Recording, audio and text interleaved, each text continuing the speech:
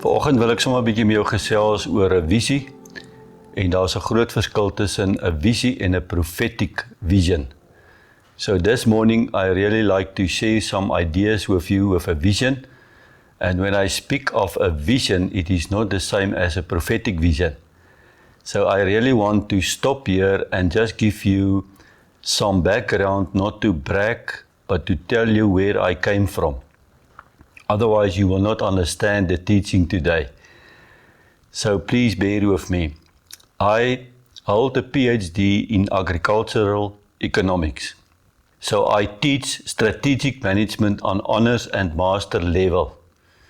I also have a military background where they taught us tactics and strategies on a high level.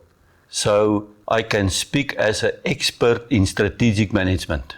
As a matter of fact, in 2000, we went together as a family, 4 brothers and my father, for a strategic management session. It was a whole weekend. That is how the world is teaching you. I am not against it. But it is not the same when I speak now about the prophetic vision. And I sat on both chairs and I want to share some ideas and my experience with you and why are we stuck in the one hand and what is the difference between your personal ambition and God's prophetic vision.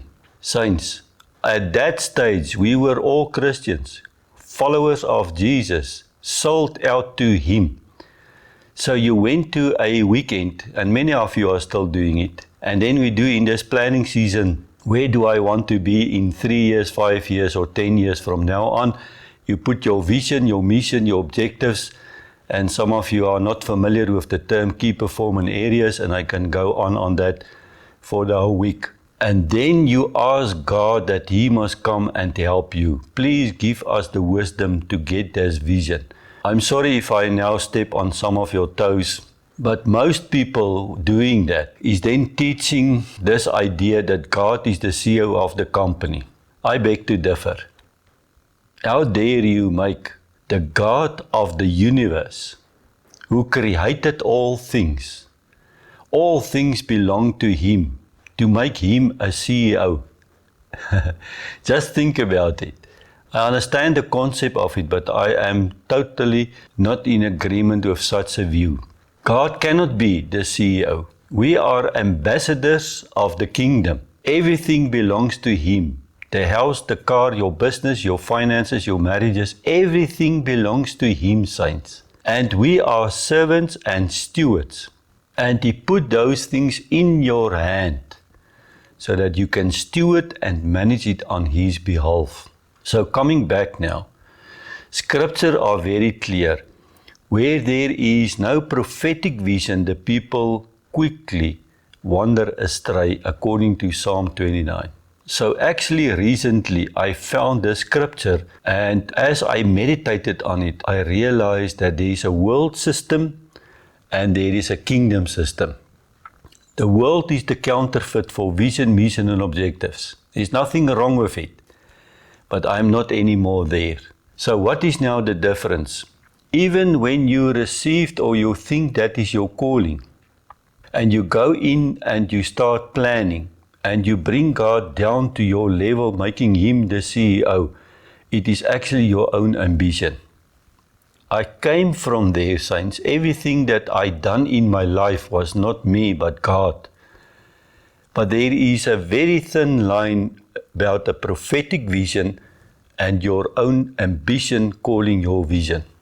So let me explain.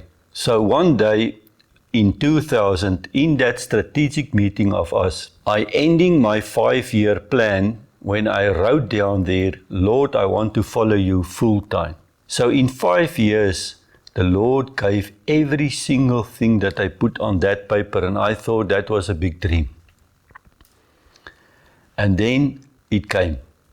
I start losing every single thing. Why? Because God has something better in store for you. A prophetic vision is not something that you can think out. It is something that you need to find out on your scroll. God put on your scroll the days of your life. And you need to find out what is on your scroll. So in that period, 2010, it was then 10 years later on, it was as if my life fell apart. Everything, the wheels came off. And then an old guy ministered to me a few months in the evening. And one evening he took my hand and he said, God called you for a healing ministry. There is healing power in your hands. I had listened to those words, but never meditate on it, never go to God and ask Him, what is this?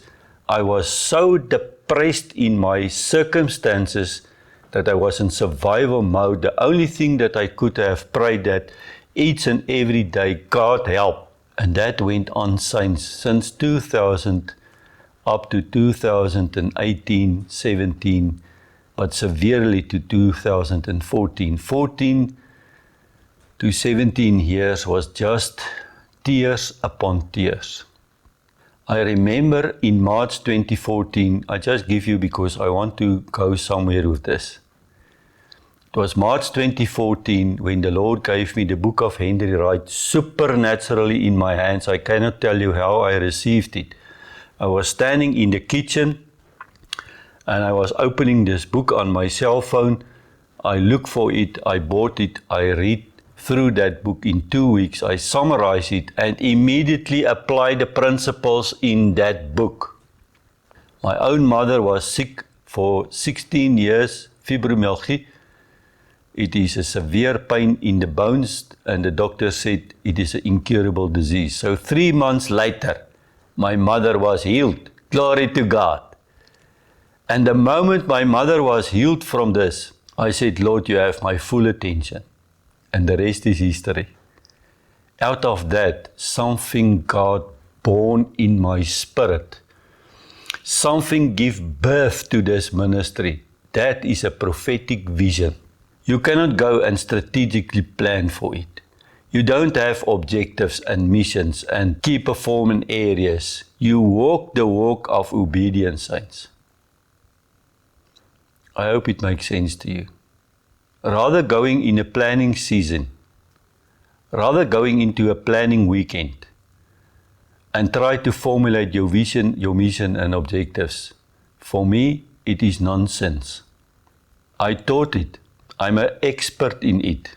I know how it works. A prophetic vision has nothing to do with your ambitions. And here is the thing.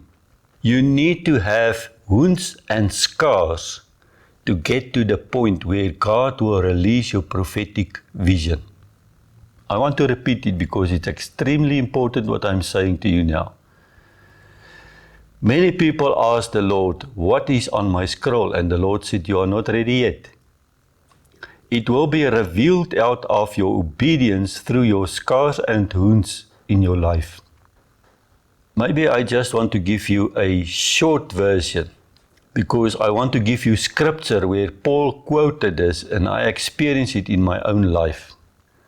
So 2000, you now know it. And then I went through a divorce. 2011, I was on a horseback in a wildlife estate.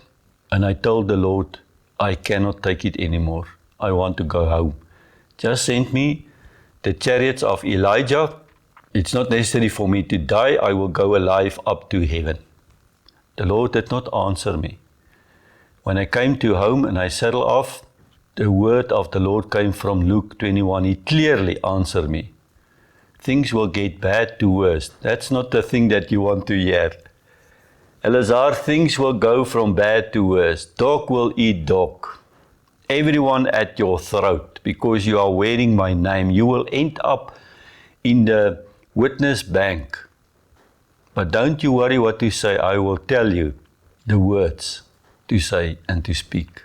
So when bad to worst came, I was not ready for the worst part.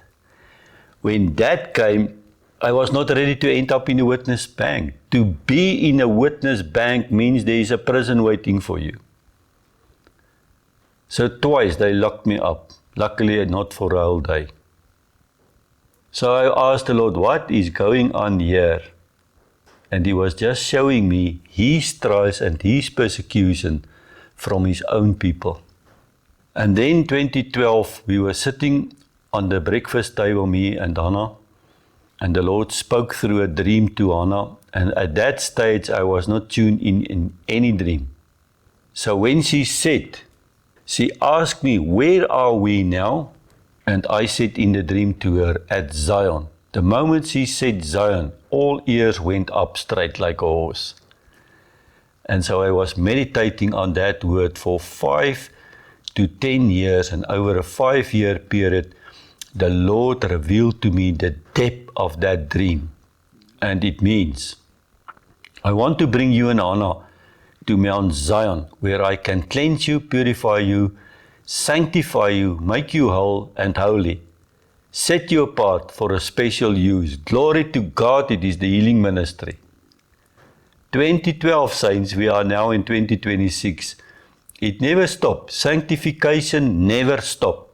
So I just want to ask the listener, what about you? What was your trials and persecutions? How many sessions did you have with the Lord Almighty? How many court cases did you go through? I'm going somewhere with this. Just bear with me. 2013, we had a tire that exploded next to the road, and Hanley was going to a town, small town there in the Northern Cape, Hanover. While she was away, I was sitting next to the road, and the Lord spoke out of the blue. Eleazar, today I appoint you as my Levite priest, not according to the Levitical priest order, but according to the order of Melchizedek. Clearly, I did not understand it. Today, 13 years later, it is a clear message that the Lord is saying, I am calling my Levite priest to bring in the truth back into the body of Christ. And he said, you will never ever speak your opinion. You only release the truth, because the truth will make my people free. And 2014 was the book of Henry Wright. 2019, I went for my own healing and deliverance session. And that same very day, the Lord opened the door and we started to set the captives free till now. And that is what I want to share with you. Now listen here, because when you receive your prophetic vision, God made it very clear in the Psalm 78, and you need to read it through, because that points us now to Israel in the wilderness. And he said, I want to bless you, but you constantly hinder me for me to bless you. We limit God to bless us. He is standing, I'm preaching for myself today. He's standing with his hands and he said, I want to pour out my blessings, but you are not at the place where you can receive it. Can I read it to you? Psalm 78:41 in the Passion Translation. Again and again they limited God, preventing him from blessing them. Continually they turned back from him and provoked the Holy One of Israel, because there was no faith. He said, go and possess the land. They said, no, the giants are too big. And here is the main thing for you to move from your prophetic vision to implement it. The first thing is you need to get rid of the giant in your life. There will be a Goliath. I give this with 100% certainty. You need to get rid of Goliath in your life, point. The second thing, if you did not go through your soul healing and deliverance, there will be limitation in your life, because Satan trades with our soul. There is trading in our bloodlines that gives him a legal right for him to come to kill, to steal and destroy. And so recently I went through my own court case after saints, 10 years. The Lord showed me a murder in the bloodline and he dealt with it. I don't want to go now there. I just want to tell you that as in recently the Lord was saying, Eleazar, I want to bless you. I want to put you in this office, but I cannot yet because there are accusations from the accuser, Satan. He came to courts with a legal case with murder in your bloodline, hindering me to bless you.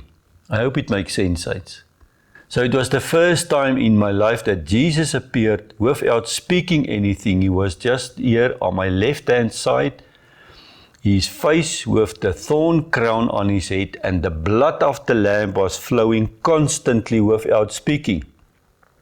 And it was the first time in my sessions that the Father appeared in front of the throne room, me kneeling in front of the throne room.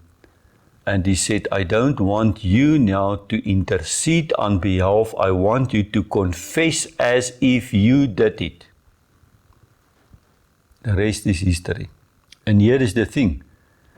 The Lord put you in an office with a mantle, but your character is not ready yet. And what he is saying, this is what I want you to do. Okay, let us now form your character that it will fit your position. Saints, that is prophetic vision. I hope that you can understand what I try to tell you today. It has nothing to do with a strategic management meeting. It has nothing to do with finding your vision, mission, and objectives and key performance areas, short-term, long-term, medium-term objectives. It has nothing to do with it. There is a divine, heavenly intervention in different timelines, and God ordained to use people in those timelines for His purpose. And the only thing that He is doing is, it is already written in your scroll, you need to answer yes on earth. You partner with Him because He already partnered with you. And in that assignment that God gave us, He will partner with many other people and He will send them to partner with one another. That is how we bring glory to God. And so you don't need to explain your vision to anyone. It's something deep in your heart. I don't care what you think. I don't care if you misunderstand it. I care what God is saying for me to do when and where and what. And so I can really go on the whole week for this, because God supernaturally moves. You only need to obey. It's not you that execute it. I know how it feels to have a vision, a mission, and objectives, and to put energy into it, and to make it work. And it is possible for us to do it, saints. Because the people at Babylon, they want to build this Tower of Babylon. And the Lord said, but they could succeed. They shall succeed. I need to come down. They were one in accord without God, and God said, they shall succeed if I do not come and intervene. So it is possible for me and for you to succeed when we have our own vision, mission without God. Even if we have the right attitude by saying, okay, God, you are the CEO of this business. I just listen what you are saying. That is not the real thing. So our calling came from Isaiah 61. I'm not going to read it because of the time, to set the captives free. What I want to share with you, many years later, I revealed the scripture in Luke 4. And in Luke 4, when Jesus came into the synagogue in his hometown, Nazareth, they hand over to him the scroll of Isaiah. And the Lord opened Isaiah 61 and he read verse by verse in that synagogue. It was amazing. It was an eye-opener. From all the Old Testament scrolls, why would the Messiah read that specific scripture? Because that is the reason why he came, is to set the captives free. Isn't it amazing? So he just read out those two verses. They roll it up. They put the scroll away.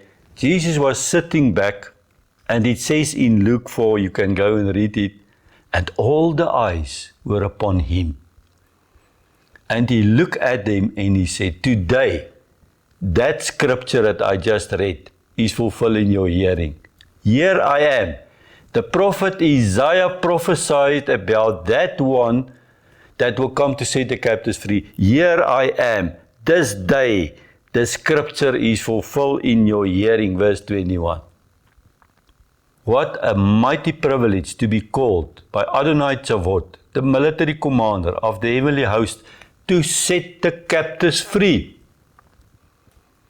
Saints, when you want to set the captive free, it is military.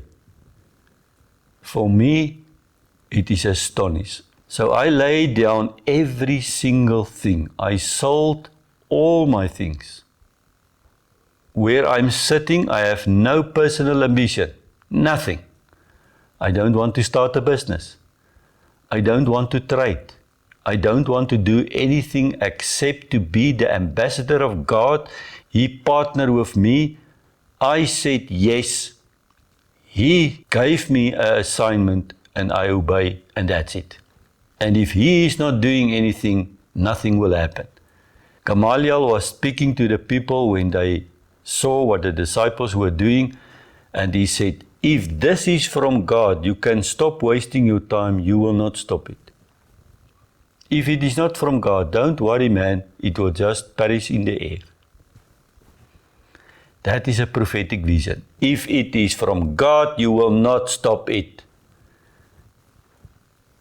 I hope it makes sense. So I want to put a prophetic vision now on the slide here for you. And I want to make sure over time the Lord clearly make this vision to set the captives free, where we now erecting a building, the Bethesda Oasis of Healing here in Bloemfontein. And I can say many things about it, but you need to watch our YouTube channel to stay tuned to the newest news. In this center, the Lord make it very clearly that we will have spiritual fathers and mothers to get rid of the orphan spirit and bring people into the spirit of adoption, Romans. Where the soul now cries out, Abba, Father, Daddy, I am home because of my healing. That's the ministry, saints. It's a place of divine restoration. It's a place where people can flee for safety. It's a refuge center. People are coming and leaving. I want you to listen clearly and carefully. It is a center where people will come and leaving. They will not stay. So don't you get surprised when you see people here and come back and you see nothing. This is the calling from God. It has nothing to do with our approach. Here we will train and we will equip and we will ignite the saints. It's different from church. Church is you go to a gathering each and every Sunday for 365 days and then you proceed with it for the rest of your life, sitting, receiving and eating. This is not kingdom principle. Kingdom principle is to equip you, to ignite you for your own assignment. That's why people are coming and leaving, coming and leaving. We equip and ignite. You need to go out here to go into your own assignment. It is a place of fellowship. We call it Achava. Here we fellowship with one another. It is people that can serve one another without hidden agendas. It's a place where we can trust one another. And it is a place to serve one another. If you cannot trust and you cannot serve and you cannot stay in that fellowship and you have hidden agendas, you cannot be part of this river. Can I say it again? You cannot be part of a fellowship group if you have hidden agendas, backstabbing, lying, speak about one another, when there is no trust and when there is no serving. We need to trust, we need to serve, and we need to lay down all hidden agendas. It is about God who called us onto fellowship. And so soon I will release something new that the Lord revealed to me in that regard. Recently, the Lord now add to our vision to set the captives free, to move into the nations, to erect healing centers that will act as courts that will deal with juridical matters. This is huge, and that is a teaching on its own. I'm just sharing with you what the Lord is speaking through the prophetic vision.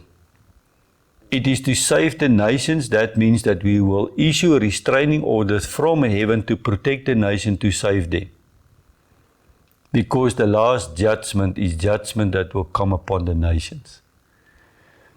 If I can summarize it lately, as in 10 days ago, the Lord said, these centers, I want the people to experience my presence.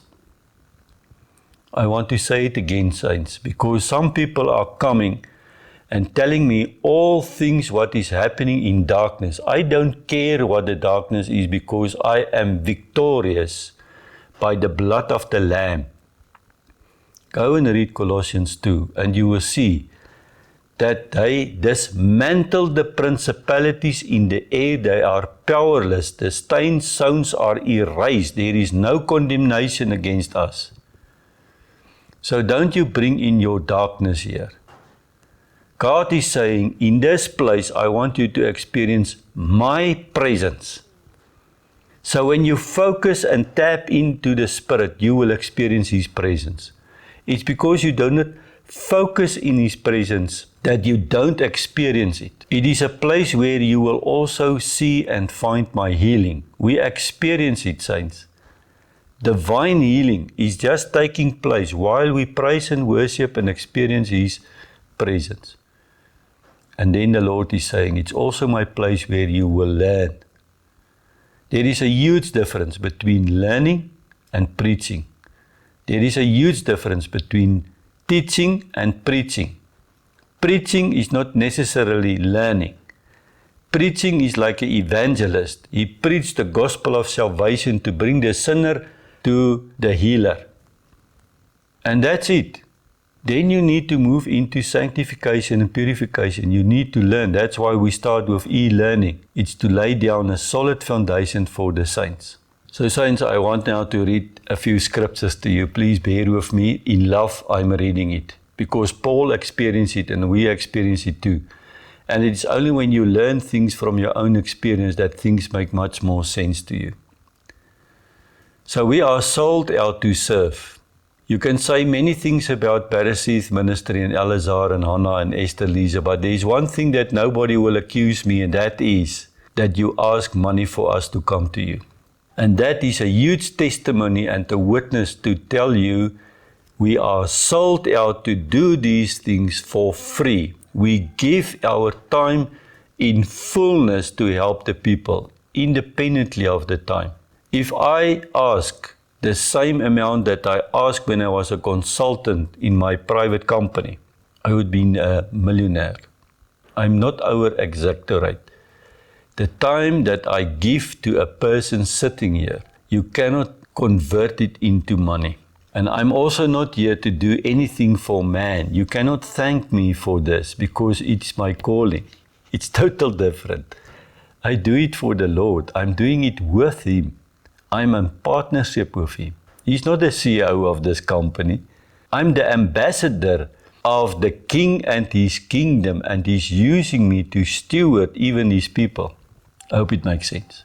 Paul wrote in 2 Corinthians 11:8, and that is a next testimony in our prophetic vision. Paul is saying, I received ample financial support from other churches just that I could freely serve you.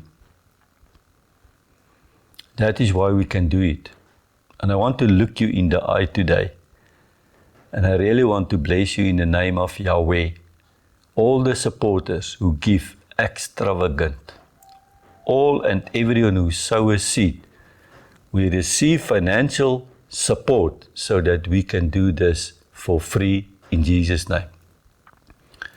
It's because of your financial support and partnership that this building is standing. In Jesus' name.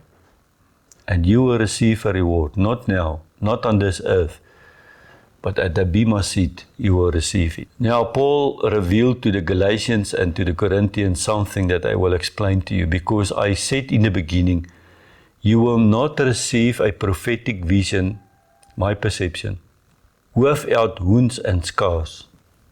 A prophetic vision is coming after your wounds became scars. That's why Jesus can still show you the scars in His hand, because that wound became a scar, and that scar is the testimony of the blood of the Lamb.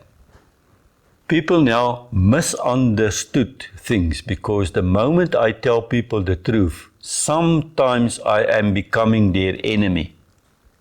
Paul explained it. Can I read it to you? Galatians 4:12. I am alarmed about you that I am beginning to wonder if my labor in ministry among you was a waste of time. I just look at the fruit of this ministry, and that's the only reason why I continue, is because of the fruit. But there are people that I gave my life for, and I just wonder if this ministry, if my labor among you was a waste of time. Paul is saying, verse 12, beloved ones, I plead with you, follow my example, become free from the bondage of religion. And you are well aware that a reason I stayed among you to preach the good news was because of the poor state of my health. Yet, you were so kind to me and did not despise me in my weakness, even though my physical condition put you through an ordeal while I was with you. Actually, you received me and cared for me as though I were an angel from God. I experienced it. People cared for me and Anna in this ministry as we were angels from God. As you would care for Jesus, the Messiah himself. Some of you were willing, even if it were possible, to pluck out your own eyes to replace mine. Where is that kind-hearted and free spirit now? Paul is asking. I want to ask people that just left, where is that kind-hearted, free spirit now? Have I now really become your enemy because I tell you the truth? Saints, the point here is not to accuse, please. The point here is not to walk in unforgiveness, resentment, and bitterness. That is not the point. The point here is, when you receive the truth, there are people who become our enemies. And that is not supposed to be. And the reason for that is the wound in the soul. Can't you see what these false teachers are doing? They want to win you over till you will side with them. They want you to divide it from me so you will follow only them. Would you call this integrity? Paul is saying. You need to see the trap and the strategy of Satan who wants to divide the body of Christ. When you receive a prophetic vision, make ready that there will be people who once are with you in the same boat who will become your enemy. When you receive a prophetic vision, make ready that there will become confusion and division, and Paul is saying it is not supposed to be like that. Paul is saying now to the Corinthians, 2 Corinthians 11, now, I believe that I am not inferior in any way to these special super apostles you are attracted to. Paul is saying, I'm not inferior. You now attracted to other people who is not necessarily teaching the truth.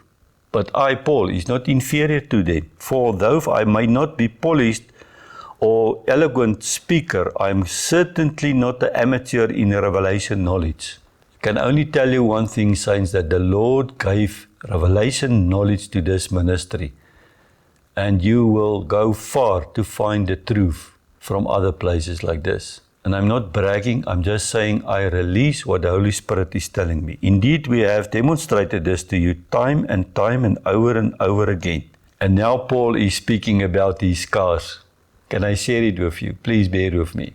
He is saying, 2 Corinthians 11:24, for since many love to boast about their worldly achievements, allowed me the opportunity to join them.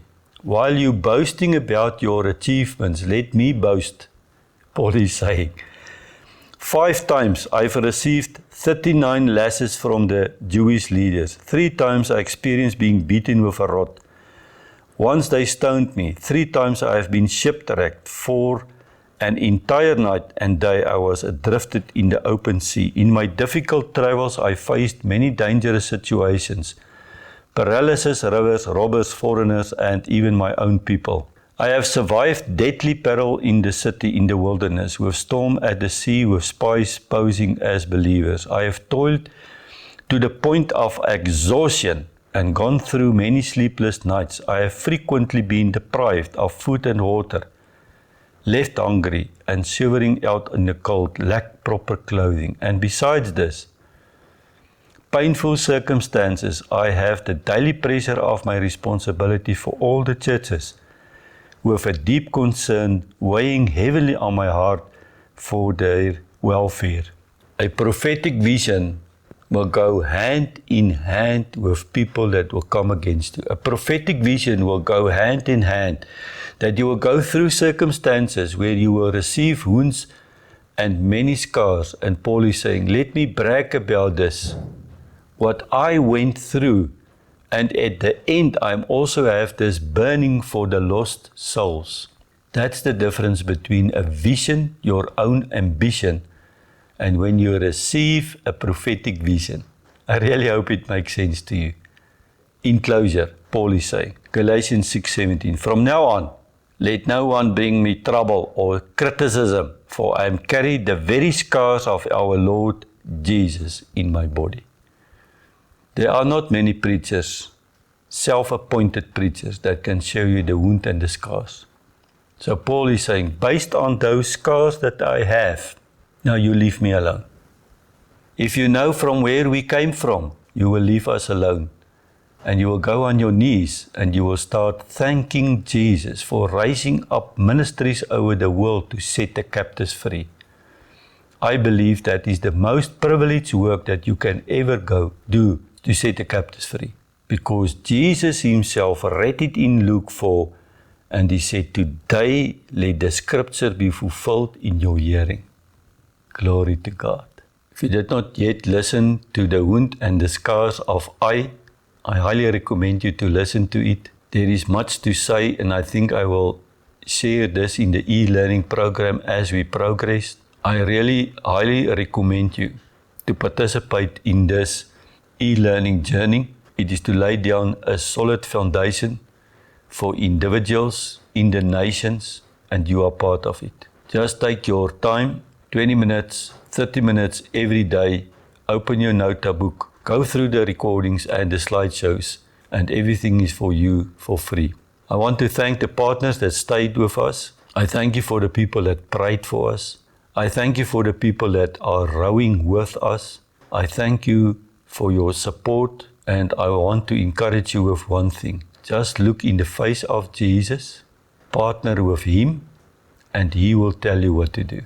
I hope that you had learned something. Let us move from our worldly system of having our own ambitions, visions, missions, and objectives. Let go, give everything over to the Lord, find out what is in your scroll, and through your wounds and your scars, he will reveal to you your prophetic vision. And let us not limit God, because he stands ready to bless us. We enter a new timeline, saints, where the Lord wants to move, and we need to be at that place where he can bless us. So in the name of Yahweh, I am here to bless you in Jesus' name.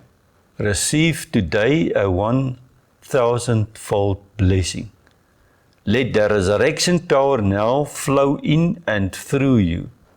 Let the prophetic vision flow in and through you. Let the Almighty God reveal to you the scroll where he called you, and you will step now into your destiny to save the nations in Jesus' name. Amen.